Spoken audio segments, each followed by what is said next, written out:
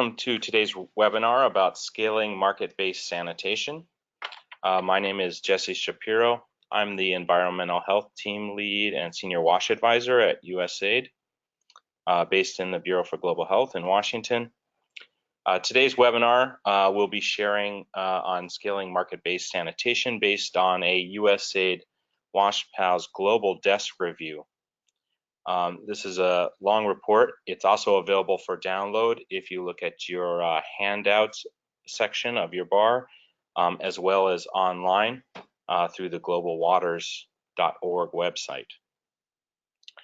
Over the last couple months, we've done a number of webinars on market-based sanitation. We recently did one called Learning from Market-Based Sanitation at Scale.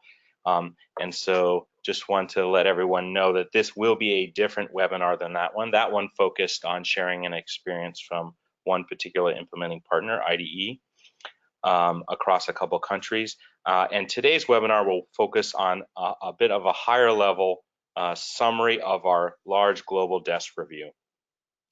But really together these start to form a series of webinars, and we will be doing future webinars as well that are going to dig into some of the really dense and complicated aspects of market-based sanitation. So look for those coming soon. So just before we get started, I wanted to tell you a little bit about this platform and the agenda for today. So what you should expect is roughly a 30 to 40-minute presentation that's going to include some interactive polls for you to vote and interact with the presenter, and then followed by a question and answer panel. The panel will be made up of myself, as well as the main presenter, Rishi Agrawal, the Executive Director of FSG, as well as Subhash Januri, the Associate Director for FSG, both who have worked extensively on this report and presentation. During the presentation and the webinar, all participants will be on mute, but you can submit your questions through the question box on your control panel. So if you just open that up, you'll see an opportunity to provide questions there. You can submit those questions at any time during the webinar. We will be collecting them and also sharing them with the entire audience and participants as we go. And then during the question and answer period, we'll have a facilitated discussion that'll go through many of those questions. This webinar will also be recorded and posted after if you would like to rewatch it or share it with your colleagues or share it with others. So let's get started.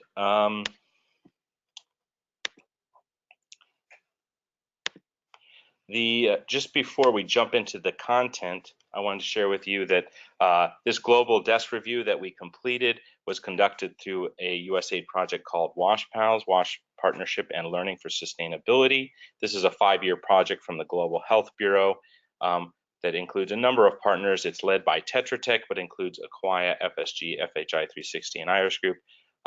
You'll be mainly hearing from the FSG today. Our entire WASHPaLS project is really focused on learning and research, and we've really focused in on the sanitation and hygiene sector, particularly looking at how together can we achieve universal sanitation and hygiene. And we've focused in our trying to define the areas by which we want to explore by defining 3 primary large overarching questions, which is when and how are sanitation and hygiene approaches effective and sustainable, what do they cost, and how can we repeat them at scale. So those questions have helped us to define 3 primary areas where we're doing research focused in on CLTS, market-based sanitation, and clean play spaces for infants and young children. Today, you'll be hearing primarily about the market-based sanitation component of our research, primarily this initial desk review. So with that, I would like to transfer you over to our first poll. So attendee, we want to learn a little bit about your connections to market-based sanitation. So if we can start the poll here, if you can just vote on this poll. And while you're doing that, I will hand over the presentation to our primary speaker, Rishi Agarwal, the Executive Director of FSG, to take you through the presentation. Thank you. Thank you, Jesse, for the setup and introduction to the WASHPaLS program. I'd also like to extend a big thank you to the numerous individuals and institutions who partnered with us in this analysis by way of sharing insights and our data for the analysis. At this time, I'll just close the poll to see what the findings are. And let's just share them.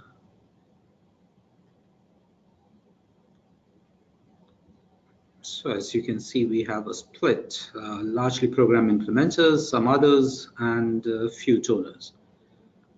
That's great, gives me a sense of the audience. So let's move on to the presentation itself. So before we start, we get into the findings at the outset, I wanted to lay out the definition of market-based that we have used in our study. As you can see on the slide, there are two key criteria that we used. First is that the user has to make at least partial monetary contribution. And second, that the product and service delivery has to happen through the private sector. So using this definition at WASHPaLS over the last year or so, we reviewed over 600 articles and studied 13 interventions across the Global South to arrive at a framework for scaling market-based sanitation. The literature was reviewed with a focus on three key evidence gap areas of business models, sanitation entrepreneurs, and unlocking public and private finance for market-based sanitation. This involved a systematic review across 7 sector-specific resources using 16 search strings. For further details on the sources, the search strings, the methodology, please refer to Annexure 1 in the report. Since a large proportion of the results we got on these searches were gray literature, these findings were augmented by a desk review of 13 interventions, of which 9 were studied in detail, and 4 called caselets in the report and on the slides were studied for specific prompts. These were around any of those 3 evidence gap areas that I spoke about earlier. So what did we find? At the outset, let me say that scaling market-based sanitation is hard work. Finding them was hard enough. In our analysis, we were able to identify only 18 single country truly market-based interventions that scale to at least 10,000 toilets, which, if you think of the problem at hand in itself, is a fairly low bar for scale. That said, 5 of the interventions we studied did manage to scale to over 100,000 toilets. We think that studying these interventions has revealed some common strands which can be leveraged by other interveners to scale market-based sanitation. So not only is scaling market-based sanitation hard work, it takes time. As you can see on the schematic, most programs took 2 to 3 years to get their business model right, and were only able to start scaling post that period. There is a bit of hockey stick here that reaffirms the need for funders and implementers to stay invested beyond the normal project horizons, which generally are 3 to 5 years, if they truly want to scale and support markets to go to scale. We also tried to create an understanding of the programming dollars that went into creating the scale. And when I say programming dollars, as you would see in the note, it just is about the cost that was put in the programming in the implementer by the funder, and not the actual cost of the toilet, which was paid by the household. As you'll see on the slide, the cost varied significantly, primarily due to the scale achieved by the program. In general, however, what we saw was the programs which were able to scale did so at the programmatic cost of $20 to $50 per toilet. So we looked at 600 articles, studied 13 interventions, but what did we learn? What you see on the slide is our synthesis of the findings. This is the way we conceptually are framing how the sanitation markets work, and are going to walk through these layers and elements in the next 20 or so minutes. At the core of the framework is the sanitation market, the middle layer that you see, which comprises of customers, entrepreneurs, and the interaction between them, characterized by sanitation enterprise. This is the layer of the framework an implementer has the potential to create significant impact through an intervention. These are the elements they would have most control over. At this level, the sanitation market might be constrained due to lack of entrepreneurial capacity or due to commercial unviability of sanitation enterprises. In addition, barriers such as lack of liquidity, affordability, and a lack of willingness to invest in toilets can restrict customer demand. Even if these barriers, significant as they are overcome, the design of the sanitation enterprise itself, what you see in the center of the schematic, is challenging since a target market needs to be identified, appropriate product systems developed from the identified market, demand activation mechanisms created for sales and marketing, and delivery models designed to fulfill demand. However, barriers do exist beyond the sanitation market in the broader business environment. These could be around elements such as associated supply chains for raw materials such as cement, market rules defined by government policy and legislation, and/or availability of public goods. While these barriers can severely constrain the growth of the market, generally the local enterprises are not in a position to influence these. Think about it, it's hard work for an entrepreneur just to run an enterprise. There's a lot that's going on, there's a lot of moving parts that she needs to manage. On top of that, for an entrepreneur to take over the task of influencing business environment as well is really tough. These barriers therefore frequently require intervention by governments and/or funders. For example, by charging penalty on landlords who do not provide sanitation facility to their tenants, government in Ghana changed the market rules, thereby increasing the potential market size for sanitation. So there is a core sanitation market and the business environment within which the market operates. However, the broader context also matters. In this layer, we highlight the role of broader contexts such as social norms, macroeconomic conditions, environmental conditions, and hard infrastructure, and determining if market-based approaches alone are adequate. While these barriers might not be immediately addressable by a pure market-based intervention, developing an understanding of these variables does allow us to make an appropriate use of the approach and augment it with other complementary approaches such as CLTS or CATS where needed. In the following slides, I will aim to get into some detail around each of these three layers. Before I do that though, I just wanted to run another poll which was around looking at that schematic and based on your experience, what do you believe is the consistently most important barrier for scale? And I'm going to sort of hold on for 30 seconds.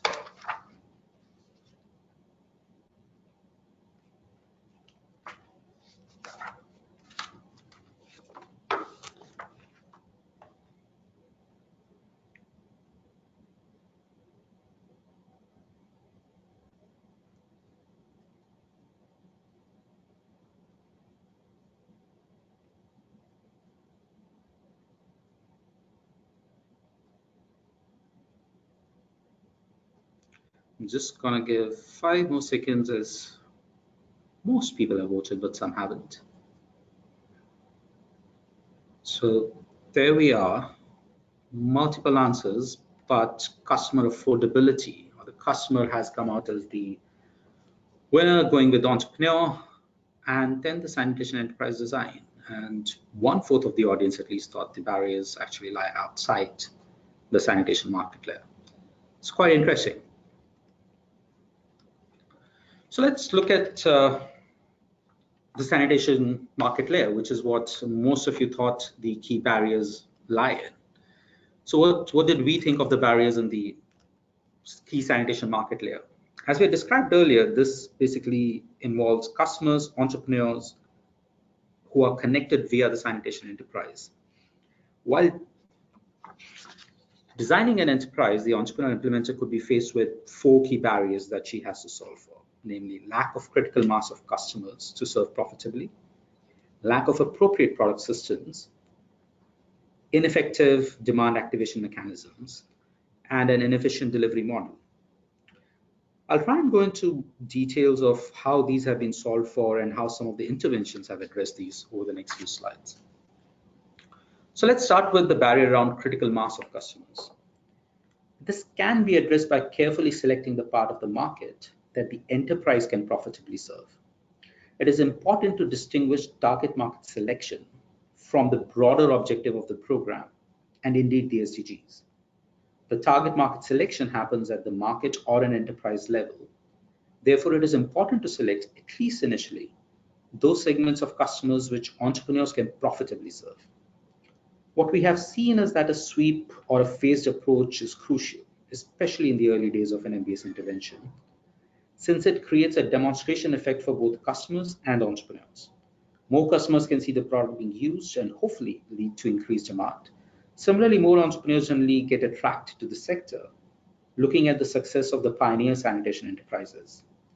We have seen a deliberate focus on selecting a market rather than an approach of targeting everyone in the IDE Cambodia program, in the BMGF-funded 3SI intervention in Bihar, as well as WSP's program in Peru. The figure on the slide describes the Mi Baño program in Peru. In this example, as you can see, when the program started, the top 60% of the market was already covered by the commercial players, and it was the bottom 40% of the population that needed new solutions. The program segmented the bottom of the pyramid into 3 layers that could be served either through innovations in product system and delivery models, or those that also needed either credit, which is labeled as potential limited here, or subsidy, the subsidized segment. In this case, the program made an explicit call to start with market segment just below the currently served markets, which amounted to 500,000 households. So we have selected the target market. Now what? How do you innovate in the product system and delivery models? It is important that the market can offer appropriate product systems. By appropriate, we mean products that are desired by the customers and can be profitably delivered by the enterprises in the market. More often, what we have seen is that the options available to the customers are either too expensive or of poor quality. Since the customer and market context is different in every program, we recommend that an iterative, human-centered design-based formative approach be used to arrive at the product system.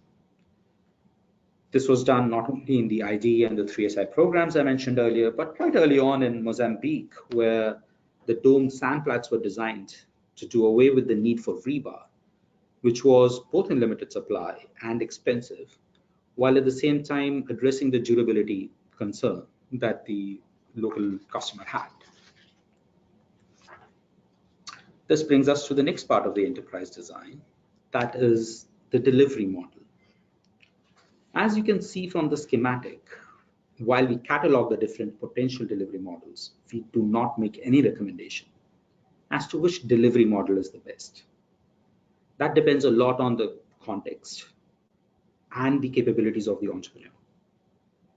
However, a concept that we have introduced in this report, and one that I will like to highlight, is that of the focal point enterprise.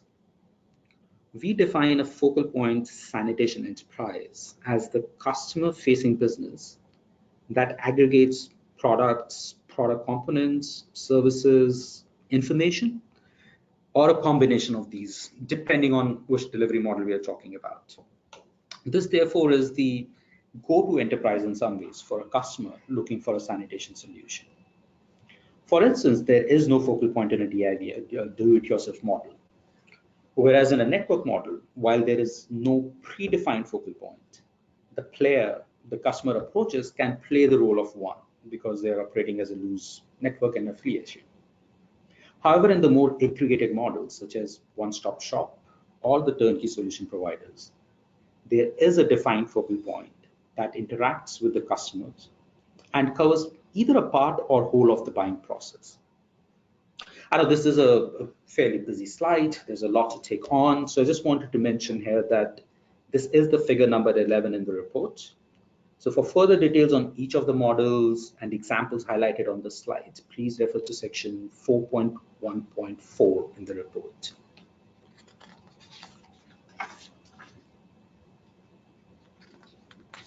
So we have innovated on product system, we have innovated on delivery model. Is that enough? What we found, normally it isn't. Supporting the customer on their mental buying journey is equally important. The schematic on the slide, which for reference is figure 10 in the report, indicates the behavioral stages that have to be navigated for a toilet purchase. At the extreme end, as you see, is a customer for who OD is acceptable and therefore has no need for a toilet. The aim that we all have as programmers is to get this customer to actually buy a toilet. As a sector, we've been good at creating demand through CLTS, CATs, and other such mechanisms that allow us to get customer to see the value in getting a toilet. We are calling addressing this phase of the customer journey, i.e. moving them from the first schematic to the second, from open defecation to seeing I see some value in getting a toilet, demand generation, which is essentially around raising awareness of the problem. At the same time, all of you who have worked in market-based sanitation would have worked on the supply side to build delivery models through entrepreneurs, to think about product systems and how they get to the customer. This is what we are calling demand fulfillment. What we have identified as a key criteria for success is the missing gap between the two, what we are calling demand activation.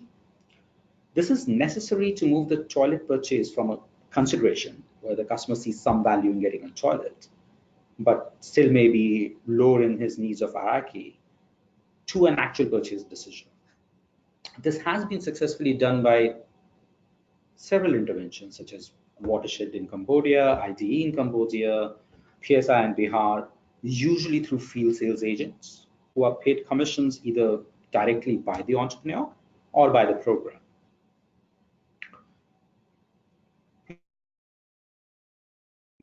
That are needed in designing an effective enterprise. Now let's look at another element in the sanitation market layer, namely customers. No market can survive without customers who are willing and able to pay for the products being offered. And this is exactly where the barriers to scaling market-based sanitation lie. As discussed earlier, demand generation is not something that MBS can do, as no single sanitation enterprise will be able to make the requisite investment. Hence, lack of latent demand, which can be activated through demand activation mechanisms, which we're discussing, can be a barrier to scale. In addition, customers might be constrained in making the requisite payments due to a lack of savings or seasonal incomes, leading to the liquidity barrier, or in other cases, simply might not be able to afford the available product. We'll discuss these liquidity and affordability questions in the next couple of slides. Liquidity as a challenge can be addressed through provision of credit. We have just put up an example of Bihar, where PSI partnered with Friends of Women World Banking to provide credit to consumers. As you can see on the slide, there has been a significant demand for sanitation loans from the time the loans were made available, highlighting the fact that at least in Bihar, there was a reasonable segment of the population for which liquidity was a challenge and not affordability. But what in situations where affordability is the problem? Our research indicates that well-targeted subsidy can significantly improve the toilet uptake. And when I say well-targeted, the key emphasis is that the subsidy should not distort the pricing in the market for market-based players. The Choba example illustrated on the slide is a case in point, where RCT clearly showed that while subsidy only and MBS only programs both had an impact on uptake, combining the two led to much better outcomes among the bottom 40% of the households in the country. Moving on to the next and final element of the sanitation market layer, which is the entrepreneur. Barriers to scaling MBS related to entrepreneurs start with the availability of entrepreneurs themselves. No surprises there, I guess. This is especially true in rural environments where there are no sanitation entrepreneurs, and is further exacerbated by the low profitability, both at the business and unit level of the sanitation enterprise, and potentially the high opportunity cost of engaging in sanitation versus other potential businesses.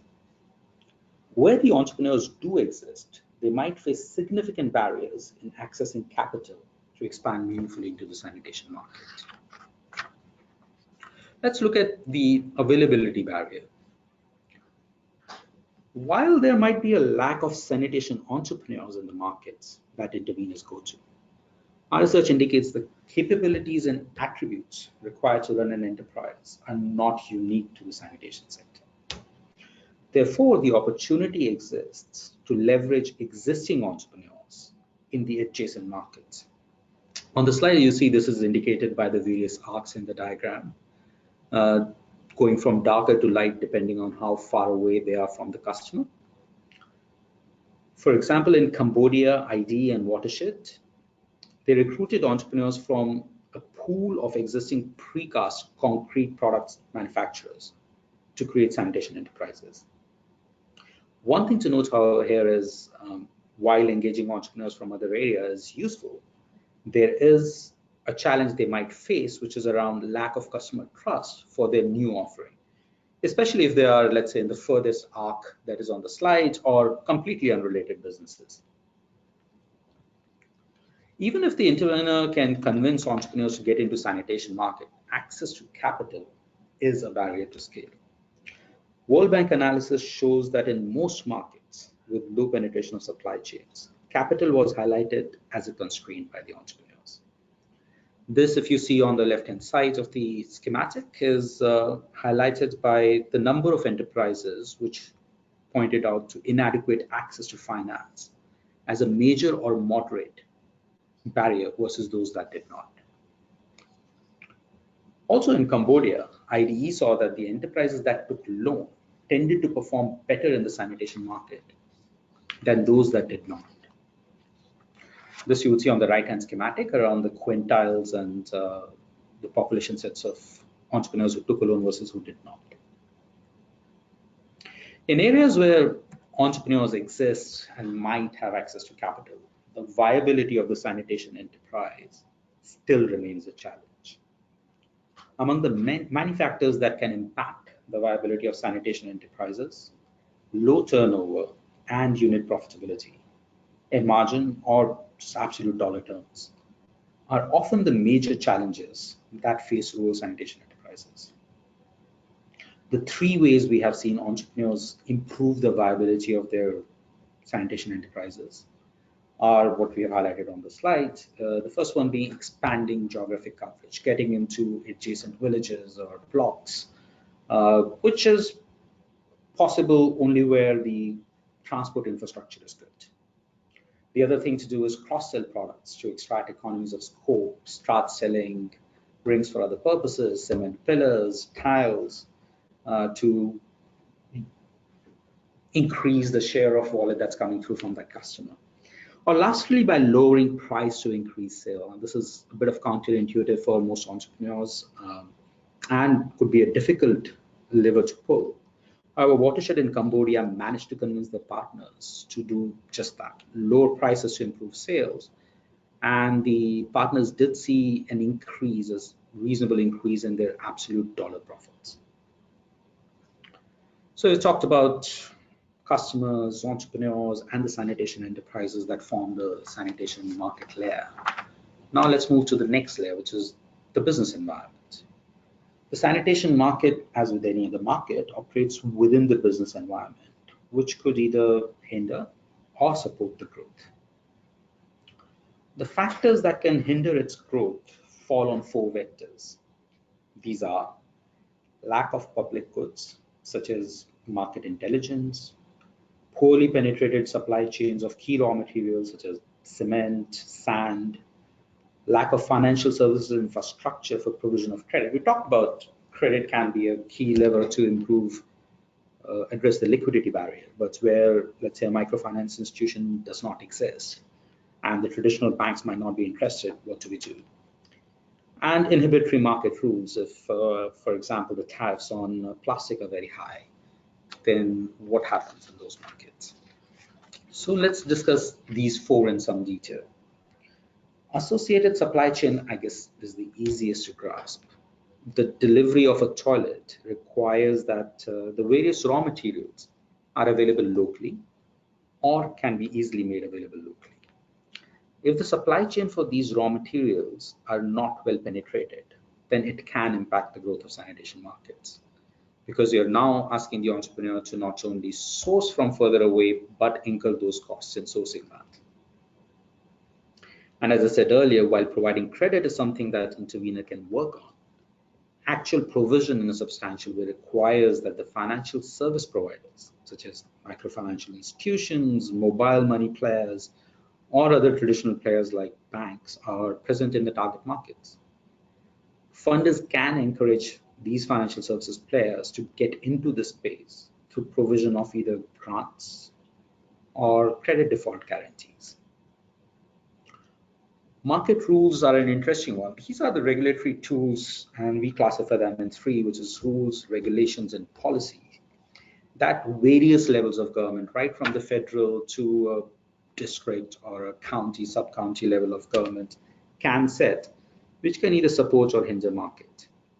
Sometimes actually an initiative in one of these areas can actually remove a barrier in another part of the business environment. For example, in Mozambique, example I was mentioning earlier, government intervened to ensure availability of cement to sanitation providers, thereby making a policy change which impacted the associated supply chain barrier that the entrepreneur was facing.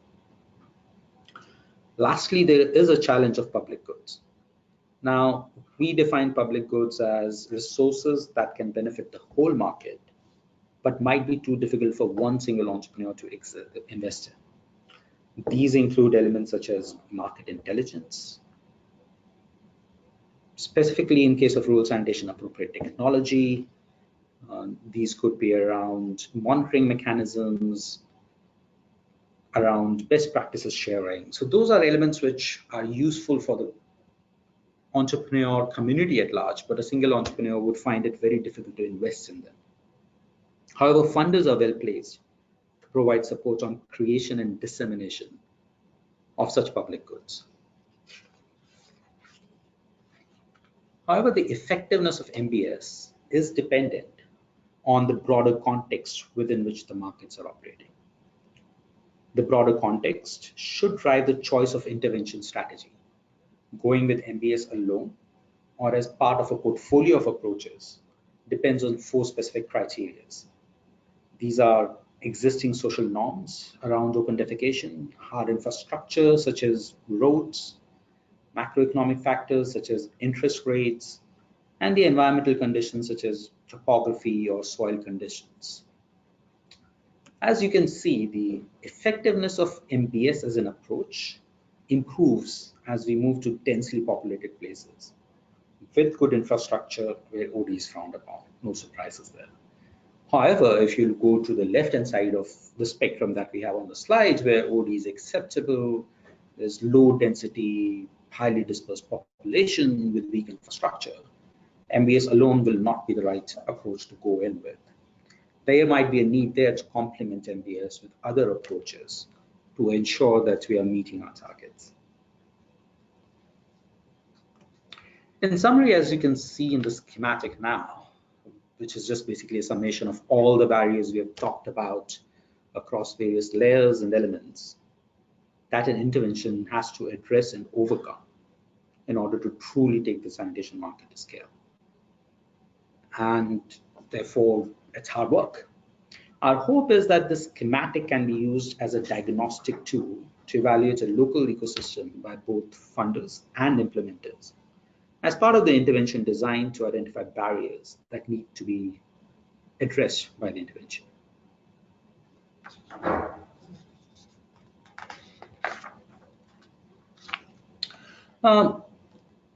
Having seen the myriad of barriers that we have talked about in context, business environment, the sanitation market itself, I want to run the final poll, and this was just to see, after listening to the last 20 minutes, has your opinion changed on which is the most important barrier, or does it remain the same? So I'm just going to launch another poll and would be obliged if you could participate.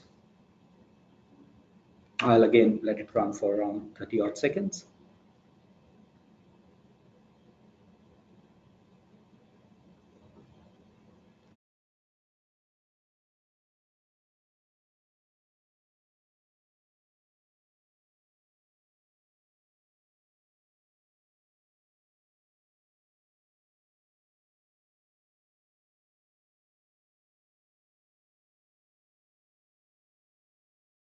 We've had 60% people voting, so I'm just gonna be on for another 5 seconds.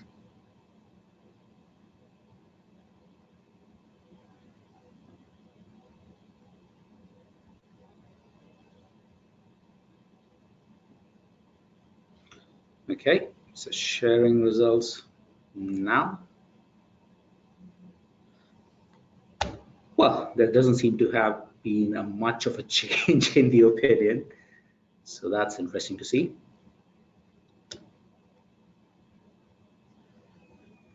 So moving on, one point that we did want to raise was on the potential of MBS interventions to lead to systemic change. Now, while we do say that MBS interventions cannot change the broader context, and we make that point in terms of how we lay out the layers in our model, we do believe that it can certainly strengthen and provide momentum to the positive change in the underlying vectors which create the change in broader context. The important thing to remember here is the context is always evolving, whether or not there is an intervention.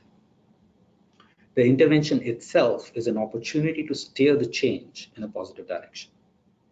However, that can only happen if at the outset we aim to measure variables that go beyond the outputs, such as number of toilets, number of entrepreneurs, to actually measuring underlying variables such as relationships. Have we changed the relationship between, let's say, the government officials and the entrepreneurs? Is it still an antagonistic relationship or a synergistic one? Power dynamics, the social norms. While a market-based intervention would rarely be able to change social norms itself, has it supported positive social norms or not? Over a longer period, we believe it's entirely possible for an intervention to deliver thousands of toilets without leading to any systemic change. However, what we should be aiming for is to drive change on those systemic parameters we talked about, to not only lead to a higher coverage, but to create a sustainable, vibrant sanitation market. With this, we come to the recommendations for each set of players that are involved in an MBS intervention. For funders, we recommend that they see MBS as one of the approaches to address the sanitation challenge. One of the key approaches which they can determine when to use based on context, status of latent demand, and social norms. Take a system-wide view and solve for barriers not only within the sanitation market, but also in the business environment. And most importantly, invest in long-term change, both by staying invested over a longer period than typical programming cycles and by measuring system change. For implementers, we would recommend first and foremost, actively build in self-redundancy to develop sustainable markets. Not thinking about it early on creates a situation where as soon as the implementer leaves, the markets crash. Follow an adaptive management approach to intervention and in identifying and supporting entrepreneurs from across the system. Lastly, solve for barriers around public goods to the extent possible. Governments, on the other hand, can play a significant role by investing in demand generation and creation of public goods. They can also shape market rules so as to encourage private sector participation in the sanitation market. So at this stage, I'll stop my monologue and we would be happy to take questions. Thank you very much.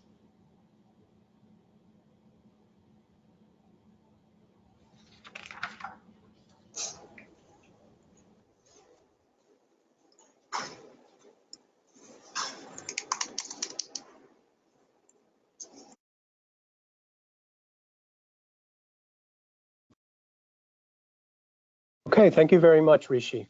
This is Morris Israel. I'm the project director for WASHPaLS, and I'll be moderating the discussion based on the questions that have been submitted. And as panelists to address these questions, we have Rishi and Subhash Chinoori from FSG, as well as Jesse Shapiro from USAID. So we did receive a handful of questions during the presentation, and I see that others are coming in as we kick off the question and answer. We have about 45 minutes set aside for the Q&A, so we should have plenty of time to address the questions. Rishi, for you, an initial question, clarification and definition. Really, one question asks for the definition of toilets that we are using in this study, and what components of that toilet do we include? Substructure, slab, superstructure. So could you address that for us to clarify? Sure. So the way we looked at it was at least a superstructure plus an interface. Could include superstructure as well, but we were looking at a minimum of substructure plus an interface. Okay, thank you. And then also by way of, I guess, definition and understanding the focus of the study, we have a question that regards scale. And the comment, and anticipate that all attendees and participants can have seen the questions, trying to group those together. But the comment with regards to scaling is that there is, in most countries, a fairly vibrant, lucrative market for sanitation products at the higher quintiles, obviously for people that have reduced barriers in terms of affordability and liquidity and whatnot. But that those challenges to scale increase tremendously as we address the bottom quintiles. And so the question was the study focused on this lower segment of the population, mostly in the rural areas, or was it looking at the sanitation market broadly across quintile? That's a great question. So we were focused largely on the bottom of the pyramid and primarily on the rural populations. So if you look at all the interventions that we have covered, ID in Cambodia, watershed in Cambodia, PSI in Bihar, water in Nigeria, Choba, all of them were predominantly targeting bottom of the pyramid, rural populations. I guess Peru was the only exception, but they were targeting bottom 40% of the population. Okay, thanks. And thank you, Rishi. We've had a few comments, questions that speak to the issue of subsidies. And I was wondering, Rishi, if you might be able to take a first stab at this, and then understand other panelists also would like to touch on it. But the few questions that we have on this, one is, how do we manage the impact of subsidies in a market-based approach? And then also, how do subsidies impact the effectiveness of a market, of a sanitation market? Sure. And as you said, I will start off on this, but I would definitely want to invite the panelists to contribute on this one. So two things. Subsidies in itself are not bad. Yes, untargeted subsidies which create expectations of continued provision by the government is what really impacts the market. So if I go into a village and give subsidy to 5 people without any context, without any linkage to the market, I'm creating an expectation now that everybody is going to get subsidy at some point in time. So if a market player actually goes and tries to sell in that village, it's not going to happen. So that's how what we are calling distorting the market. However, if I provided vouchers through a lottery system, and that was how subsidy was being given to the poorest, for example, then, and the provision still happens through the market, that is not really creating that much of a friction with the markets themselves. So that is what I would say could be a targeted. Or Cambodia, Choba is a good example where ID Pro was used to target those subsidies. And I know Jeff might have an interesting point of view there, so I'll stop and let the other panelists contribute on this one. Okay, thank you. Jeff, did you want to? Yeah, sure. I'd be happy to contribute here. You know, it's interesting. Our poll results, reflect, I think, a recognition among the community of the primacy of affordability constraints, as well as obviously liquidity constraints on the success of these programs. I guess we included demand as well in that option. So, but certainly it's recognized as a major issue. I should mention that the WASHPaLS program is going to be actively examining the ability of Subsidy to impact the sustainability of CLTS programs. There's no immediate plan to examine Subsidy and MBS approaches, but there's certainly this emerging suggestive evidence that Subsidies can be managed in a way that doesn't distort markets to the point that it constrains outcomes. I see Yi Wei from IDE is among the participants here, and IDE has recently been examining deploying a targeted subsidy in Cambodia without seeing dampened demand, and in fact seeing some positive spillover. Eats Meets West also in Cambodia did very similar work, and the results are actually quite similar to what IDE has uncovered, and many of you are probably aware of the experiment that was published in Science in Bangladesh, which also examined the role of Subsidy. But yeah, I guess I would reiterate what Rishi emphasized, in that that all subsidies are not alike, and the subsidies that I think many in the sector think of, or the interventions that they think of when they hear about Subsidy, are full government full provision of the asset, including both the substructure and the superstructure, without much input or investment by the customer. And the targeted subsidies that have been examined, recently, are of a very different character, and they still require investment by the consumers, and are generally, again, targeted at a subset of the population, and this encouraging positive spillover, whereby those households that aren't eligible for Subsidy increase their purchases of toilets, is something really encouraging and worthy of follow. Okay, thank you, Jeff and Rishi, for that. I'm sure there's plenty of other thoughts about subsidies, and I believe we'll see some additional questions or comments coming in on that. Jeff, you did mention that WASHPaLS as a project is undertaking a subsidy study, and there are two questions that I think relate a little bit more to what the next steps for the project are. And Rishi, perhaps, or Subhash, you can address. There's one that asks, of the barriers identified and discussed in the presentation, which were the more significant? Were we able to identify through our research which of the barriers might be more significant? And then building on that is, which of those evidence gaps are we anticipating to fill as a project? Where's our research going? And where would we see room for others to contribute to help fill those evidence gaps? Sure. Thanks, Morris. So let me answer the first one, and Subhash can probably do the second one. So in our research, what we have found is that there isn't a single most important barrier, right? And that's why this multi-layered, multifaceted framework, for which we are saying can be used for diagnosis. It depends very much on context. So let me take the 3SI Bihar example. The time you went in, we went in 2012. At that time, the biggest barrier was an appropriate product system and liquidity. So those were the two biggest barriers. The rest was fine, right? At the same time, if you go back to water in Nigeria, then availability of entrepreneurs itself was a significant challenge. So I think it's very, very context dependent.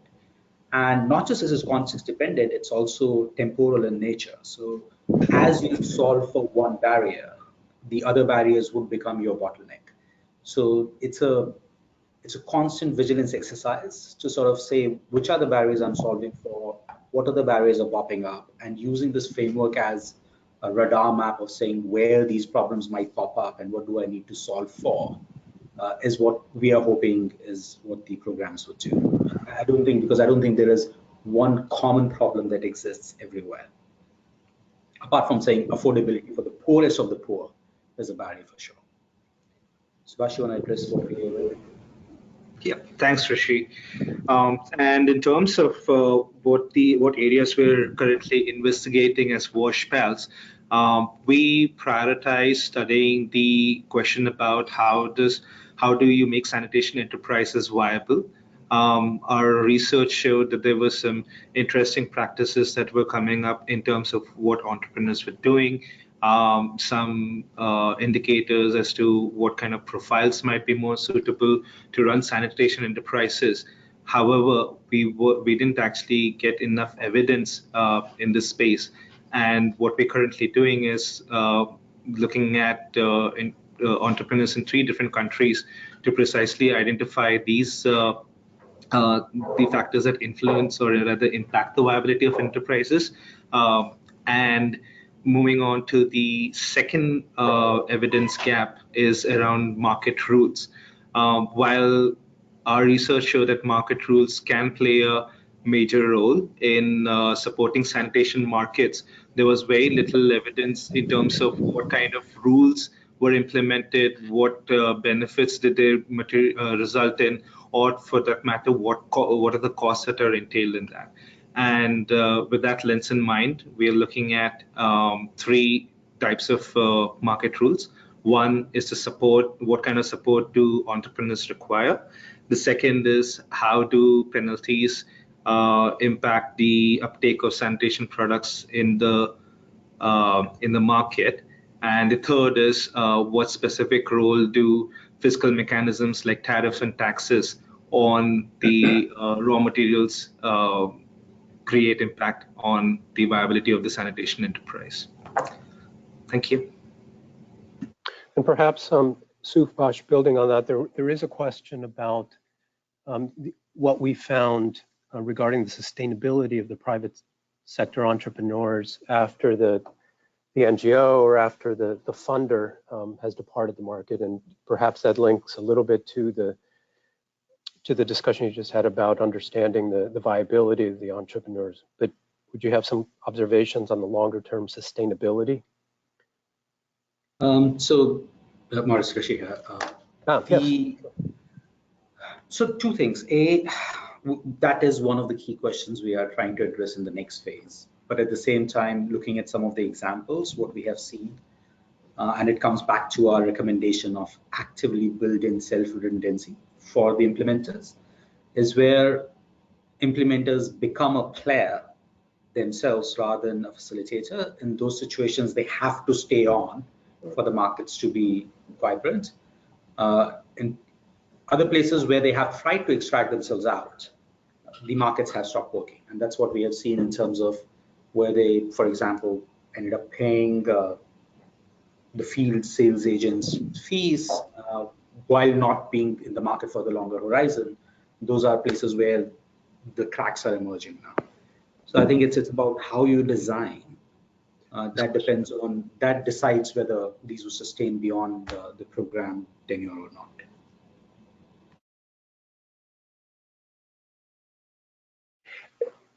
In a follow-up to that, Rishi, another question poses again the challenge of sustainability to these enterprises as in a market we begin to reach perhaps points of saturation. There's specifically coverage is around 70%, and so the challenge of hitting those last 30% of the market presents unique challenges to enterprises. What can be done in those contexts, and how might we begin to address that in the design of the interventions? Sure. So 2 things. The poorest of the poor, the problem would always remain affordability. And there would be a section of population in every country where land rights would be an issue, where just the available space would be an issue, where those things are something that markets will never be able to target. At the same time, would the viability be okay and sustainability be okay for sanitation enterprises as we start hitting 70% coverage? I think even if we hit saturation, there would be a phase of consolidation. But as with every other sanitation market, let's look at US, we still have thriving sanitation enterprises with near 100% coverage.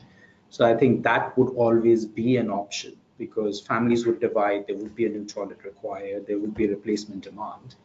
So that viability of the enterprise, if the markets become vibrant, would be there.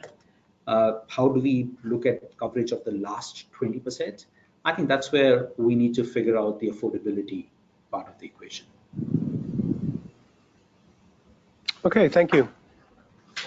We have, Rishi, one question specific to the interventions that you mentioned in Nigeria about installment payments. And the question was, what impact does the payment in installments have on the sanitation market? This is Subhash. Thank you. That's actually a great question. So I think there have been numerous formative research focusing customers that actually show that they will be more receptive receptive to actually purchasing toilets, and because it goes to addressing the issue of liquidity that we had highlighted in the framework. However, on the other side, which is the sanitation enterprise, the evidence around what impact does that have on the viability of the enterprise is actually not clear as yet. Primarily because it depends on context, and its entrepreneurs may be reluctant to take on a risk of excessive bad debts or the added complexity of following up with customers and ensuring recollections. And I do mention context because there is a cultural layer in markets, not specifically only to sanitation.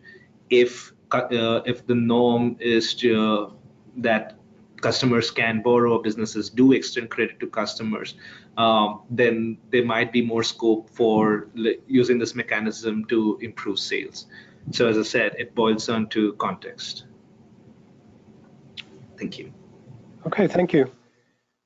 Next, we have a question on the role of product development, research and development, particularly for some of the more challenging geographies and market segments in areas where there's high water tables and the such. What information or what findings did we have from the literature review about the role of R&D and how to encourage and ensure that it happens? So I think I'm just sort of hearing the questions in two parts, and please do let me know if I'm interpreting the question wrongly. A is product research and development for within the intervention is still required, still happens, and that's part of the public goods we were talking about. So for example, there are more often than not price gaps in the market. What's available is either a septic tank, full-on $1,000 product, or really cheap, temporary $50 product which the customer doesn't really want. There normally isn't a middle-of-the-road product which is good enough, which provides all the benefits but might not cost as much. And there is always some product design work required to get to that product. And that we believe is always part of an intervention, even though it sits in business environment, because for one enterprise, especially in the context we're talking about, rural, part of the pyramid markets, it's very difficult for one enterprise to do that research. So that's where the public goods come on. On a broader scale, if you're talking about hard to reach markets, such as high water table you mentioned, or for example, really porous soil near the water banks, in those situations, we believe there's a separate, broader question and product design that needs to happen, maybe even outside the local ecosystem, which talks about looking at this as a global issue and saying what can be done for product design for high water tables globally. Okay, thank you. Subhash, there's a broad question asking about the role of women groups in the sanitation market. I know we've had conversations and we've done quite a bit of thinking about that. What would be your comments, reactions about the role of women groups in promoting sanitation markets? Thanks, Morris. I think in certain contexts, the role of a woman as a demand activator I would just say women could be potentially more effective as demand activators, where they themselves are able to tap into the networks of self-help groups, is what they call in India, or I think in another geography such as the Vietnam, we've heard of the Vietnam's Women's Union, where they leverage those networks to be able to influence women in order to purchase a toilet. There, the network effects could potentially play a role. But what we haven't actually seen explicit evidence as yet, showing how the role of women in the sanitation enterprise value chain can impact both the viability of the enterprise, both in terms of increased sales or for that matter, increased profits. Okay, thank you. The other thing that I would note at this point is that WASHPaLS does have a small grants program that is looking at innovations in behavior change related to sanitation. And one of the grants that we have currently underway with IDE is looking specifically at the role of women in the sanitation value chain. So that one is a few months in and looking at, as I said, the role of women in the value chain. So stay tuned for results and findings on that, as that might contribute to answer the question. Next question, one that just came in, relates to, while our literature review and the focus has been predominantly on rural areas, to what extent does the research, can it be transferred? Is it applicable to informal settlements in urban areas where, again, the sanitation issues are challenging to say the least, and that are subject to fairly rapid influx of populations? Are there lessons that we can take from this work and apply to those informal urban sectors? Yeah, so that's always an interesting challenge, because so there are 2 or 3 things which will change. So one of the barriers, which is not on our framework because we rarely see that in rural scenarios, but is quite prevalent in informal settlements, is land rights. So we do see that becoming a major barrier for the willingness of a customer to invest in the toilet beyond affordability and liquidity. And that's what sort of would prevent latent demand from converting into actual purchase.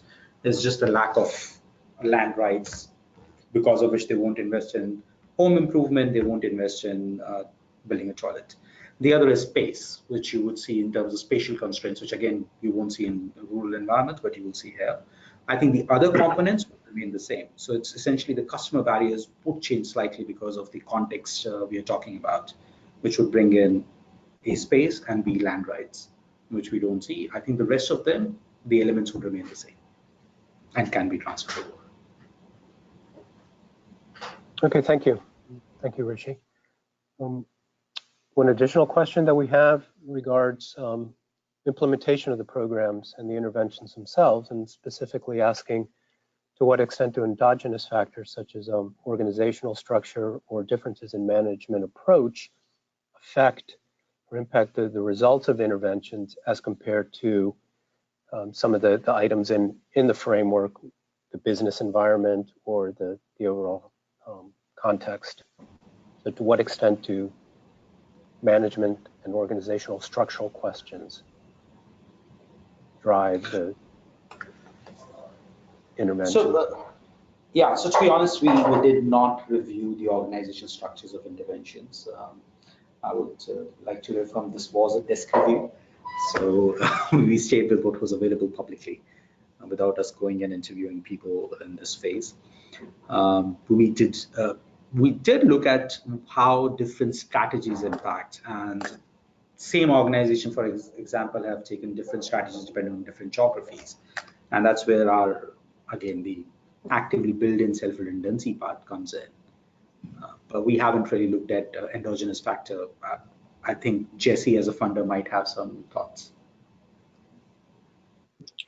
Thanks, Rishi. I'll just add, yeah, again, we didn't research these organizations, but one thing we could acknowledge is the ones we did research, they were all NGOs, and they were all funded by external finance.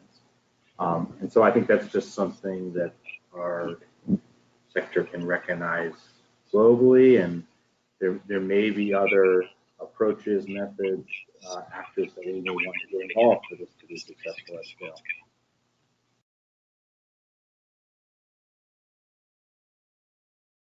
Okay, thank you, Jesse.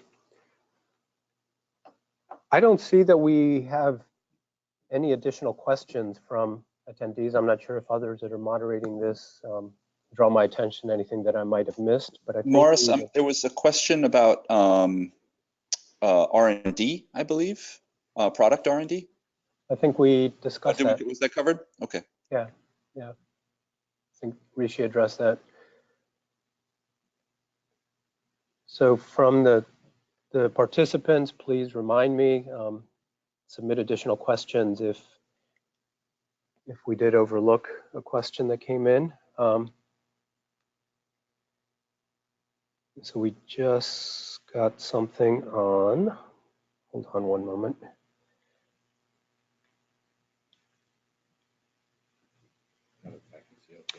Yeah, so there's a question about implementing CLTS and market-based sanitation programs jointly, knowing that CLTS itself requires a fairly significant effort. So again, I think when we look at the CLTS literature, there is talk of CLTS plus, and that plus is often related to supporting local markets in some sense. And as Rishi indicated, and we talked about in the framework, when we're looking at MBS interventions, there's a significant role on demand generation and demand activation. So perhaps Rishi or Jeff, since you're leading those two components of our work, there might be opportunities here to provide some insights on how we can better implement the two kinds of projects together. I'll let Jeff go first. Yeah, sure. Yeah, I mean, that's a great question. And in particular, as we think about not only the elimination of open defecation, but progression up the sanitation ladder. Mimi Jenkins, who's a researcher some of you may know, who's also involved in this project, spells out the variables that drive purchases of toilets, and she talks about motivation, which is obviously addressed by demand side approaches like CLTS. Opportunity, and that's driven by the availability of products by virtue of functioning supply chains and viable local suppliers, and then of course ability, and we've talked a bit about subsidy, but yeah, the interaction of the two is something that we clearly think about. And I don't know that we have a consensus sort of viewpoint coming out of this research project, but this, yeah, an opinion that I'd offer personally is that this notion that CLTS alone can do the job to get us where we would like to get with the in SDG time has been discredited, and that as a sole exclusive measure, and that the development of these markets is really essential. And so certainly within the CLTS community, there's this focus on collective action and staying rather neutral on the promotion of given products. But yeah, certainly within this project, that's something that we're seeking to test, and certainly within our work on subsidies, there's no way to act on a subsidy if there's no existing market to basically meet the newly generated demand by a CLTS program. Rishi? Yeah, I mean, we'll sing off this same hymn sheet. The way we see it, I don't think a single approach, either market-based or CLTS, is enough by itself to solve the challenge. We do think it's horses for courses. So depending on the situation, depending on the population segment we're talking about, we should be leveraging both. And in some ways, One of the questions we haven't answered, one of the questions which is open, and I saw John Sarr had a question in terms of what are the open questions that you would want other people to look at. Is there a sequencing? Should there be a sequencing? How do you actually put CLTS and MBS together? And that's something we are not looking at, but would be a great question for others to contribute on. Just to add to that, I agree as well. This is Jesse.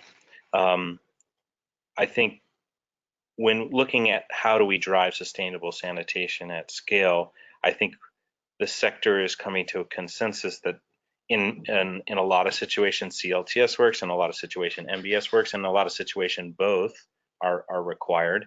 But again, building on what Rishi and Jeff said, those alone are also not sufficient. There will be other approaches and other activities required to enable the market and the entire population to reach sustainable sanitation.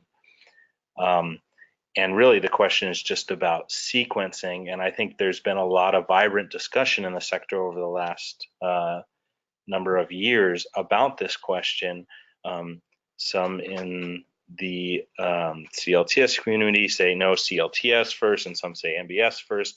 And I think what we've really seen from our study on CLTS is that, as Jeff said, CLTS alone is not going to be enough, and that it seems that maybe a majority of situations the sequence would actually be some form of market needs to exist prior to the CLTS, and then that needs to grow more robust over time if we really want to not just have effective programs that trigger the sanitation behavior, but then sustain it and have facilities that can sustain that behavior over time. But I think this is still a question to be answered with no definitive action, definitive answer or consensus on the subject. So I do see it as something that we can all explore going forward. There's lots of programs out there now trying to mix these two approaches as well as others. Okay, thank you on that. One additional question just came in is noting that in the desk review, we're fairly silent on the role of the large private sector players, the internationals, the LICSLs and the such. So I was wondering, Rishi, if you had any thoughts or observations on the role of those larger private sector firms in the sanitation markets that have been the focus of our work, largely the rural focus. Sure. I mean, the Peru Mi Baño example is one where we do highlight some of the larger players coming together. So that was an alliance of 12 players coming together to form a coalition to target the additional 500,000 households in the bottom 40% of the population that we were talking about. What we haven't covered is players like LICSL, because they have been a product innovator, but they have been more of a product innovator sitting outside these interventions. So one of the things we wanted to see was how do these interventions get to scale? And they have been very, very focused on just one piece, which is interface. So that's why we haven't seen much on them in our report. But how do large players contribute? One example we have picked up is the Mi Baño Peru example, which was about large players coming together, including a large bank. Can I add something here? You'll notice that the first slide of, or sort of the opening slide of this presentation actually has images of the Sato of LICSL's Sato pan, and it's certainly a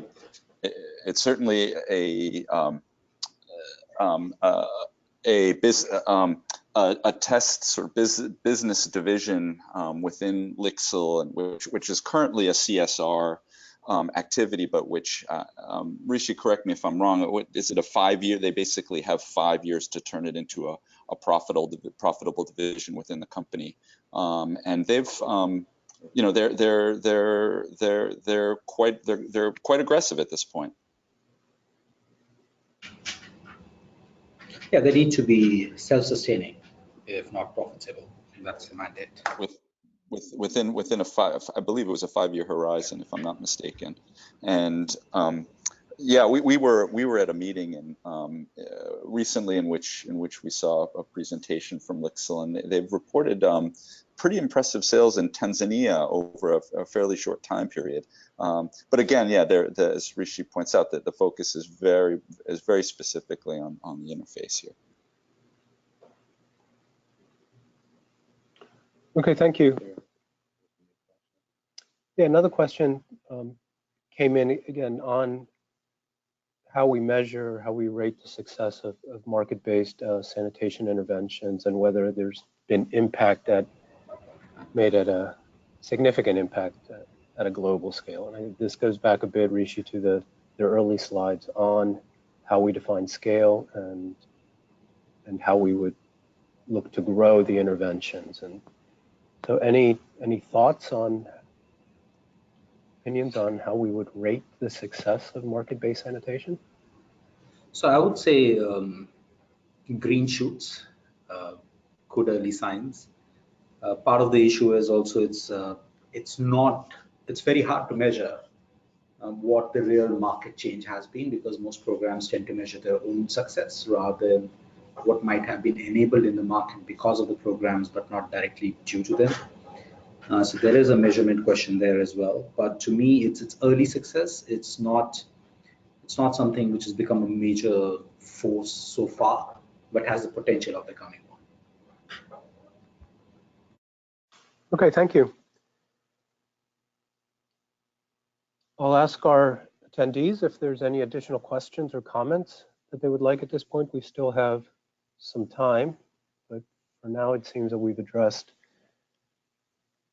I think, all the questions that have come in. And so one did come in about, in the report we mentioned that the need, particularly Rishi, you just building on what you just said about monitoring, that we need to monitor differently. Are we exploring anything specifically from along those lines on the monitoring? Yeah, so the key thing, John, I can see this is your question, but is moving away from just measuring. So, the de-rigor process of measurement is a baseline, a midline, and an endline. A midline if you're great. To really cutting edge measurement right now is, we also measure processes rather than just the outputs. What we are saying is, if you really want to bring about systemic change, you need to measure what happens in between. What happens between what your processes are delivering versus what the numbers you're delivering. Are you changing something in the system? And that is relationships, power dynamics, and norms. So if we can measure some of those, and those are difficult to measure, and that would require you to do a bit more of sensing rather than surveys, be comfortable with a bit more ambiguous parameters, can actually deliver a lot more value and would allow you to understand where, for example, trust gaps are in an actor map in a local environment, and where your intervention could actually create a vibrant market longer period beyond the intervention itself. So those are the things we would recommend, to sort of move away from just numbers to actually start looking at some of these components which drive long-term change, which are the vectors of change, rather than just X number of toilets, which is important, but by itself is not enough.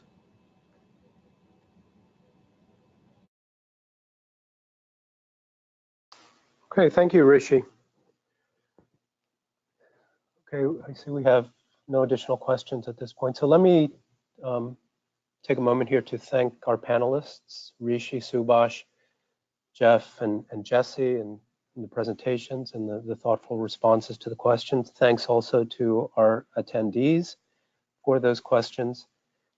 And I'd like to remind you and guide you to the resources that are available on the Global Waters website, on the WASHPaLS project, the desk review itself, the webinar. Also on the website are the desk reviews and webinars that we've presented on the other research streams that Jesse mentioned at the start of the presentation, on CLTS and on hygienic environments for infant and young children.